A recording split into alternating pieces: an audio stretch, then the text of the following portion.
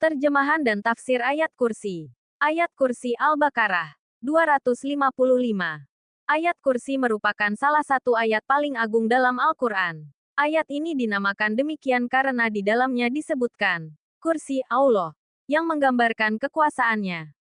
Ayat ini sering dibaca oleh umat Islam karena memiliki keutamaan yang luar biasa dalam melindungi dan memperkuat keimanan.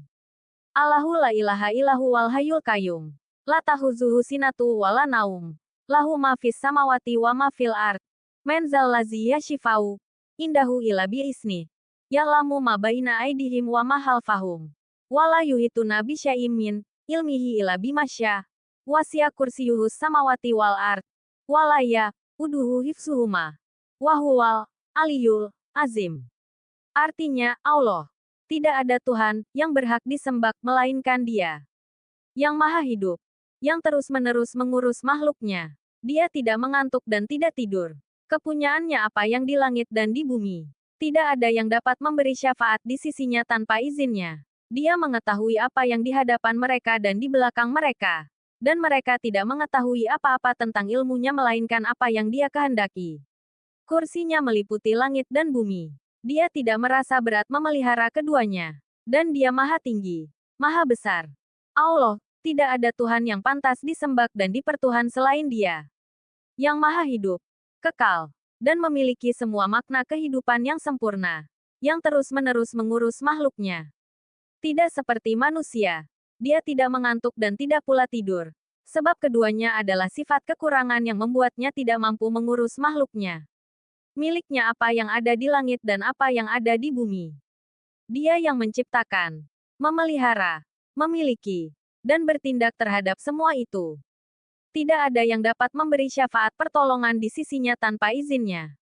Dia demikian perkasa dan kuasa sehingga berbicara di hadapannya pun harus setelah memperoleh restunya. Bahkan apa yang disampaikan itu harus sesuatu yang benar. Dia mengetahui apa yang di hadapan mereka, yakni apa saja yang sedang dan akan terjadi. Dan apa yang di belakang mereka, yakni sesuatu yang telah berlalu. Allah mengetahui apa yang mereka lakukan dan rencanakan. Baik yang berkaitan dengan masa kini, masa lampau, atau masa depan. Dan mereka tidak mengetahui sesuatu apapun tentang ilmunya melainkan apa yang Dia kehendaki untuk mereka ketahui dengan memperlihatkan dan memberitahukannya.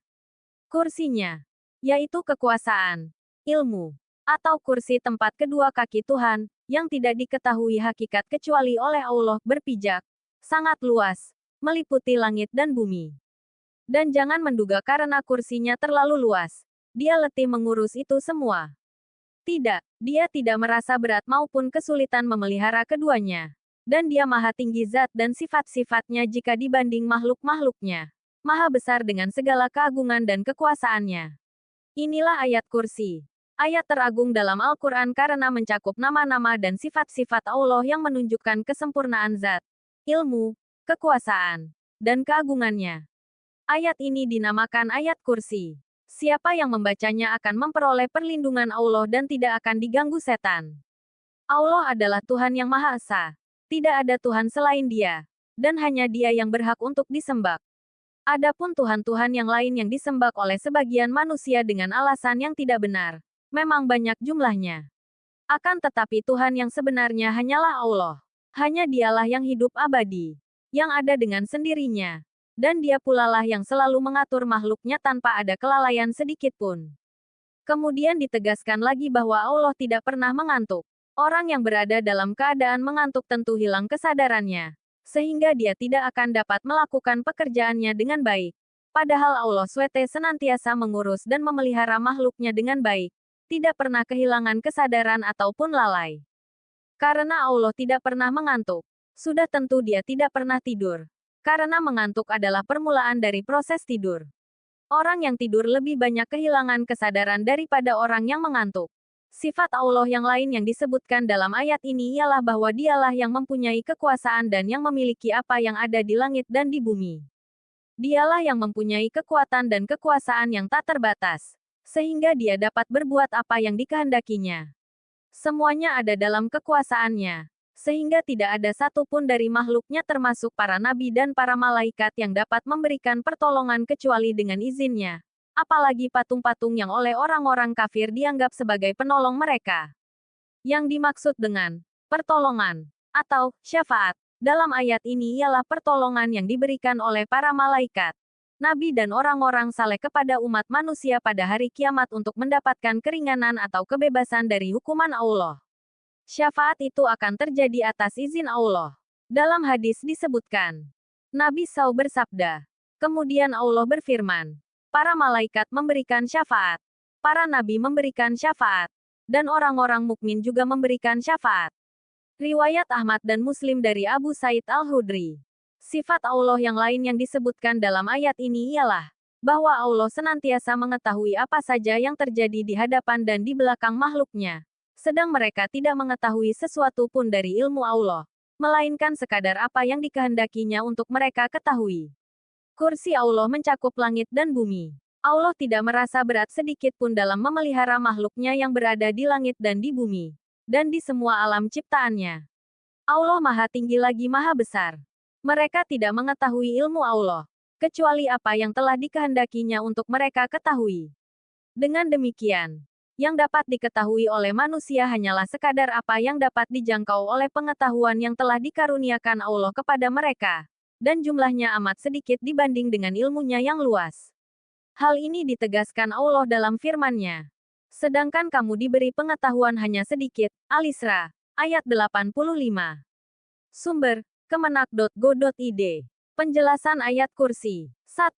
Allah Maha Esa dan sumber segala kekuasaan.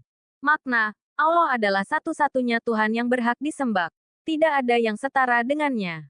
Pelajaran, umat Islam harus menempatkan Allah sebagai tujuan utama dalam hidup mereka dan tidak menyekutukannya.